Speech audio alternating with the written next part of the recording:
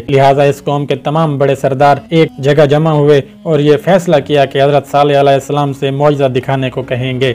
सरदारों ने हजरत सालेह से कहा, ऐ सालेह, अगर तुम अल्लाह के भेजे हुए पैगंबर हो, हमको कोई ऐसा मौजज़ा दिखाओ जिसे देखकर तुम पर यकीन आ जाए। सालेह अलैहिस्सलाम ने फरमाया, तुम क्या मौजज़ा देखना चाहते हो? तो उन्होंने कहा कि कोई ऐसी ऊँटनी बरामद करो जो हमल से हो और बच्चा दे और सब के लिए दूध मुहैया करे और इसमें फलां फलां खूबियाँ हों। हज़रत सालेह अलैहिस्सलाम ने अल्लाह के हुजूर गिड़गिड़ा कर दुआ मांगी। अल्लाह ने अपने नबी की दुआ कबूल फरमाई और देखते ही देखते चट्टान शक हो गई और उससे एक तवीलुल कामद ऊँटनी बरामद हुई जिसमें वो सब खूबियाँ मौजूद थीं जिनकी कौम समूद ने फरमाइश की थी। हज़रत सालेह ने ऊँटनी के बारे फरमाया कि तुम इसे तंग ना करना, इसे इसके हाल पर छोड़ दो, इसे बुराई की नीयत से हाथ भी ना लगाना, ना मारना हकाना और ना ही कत्ल करना, वरना तुम्हें दर्दनाक अजाब पकड़ लेगा।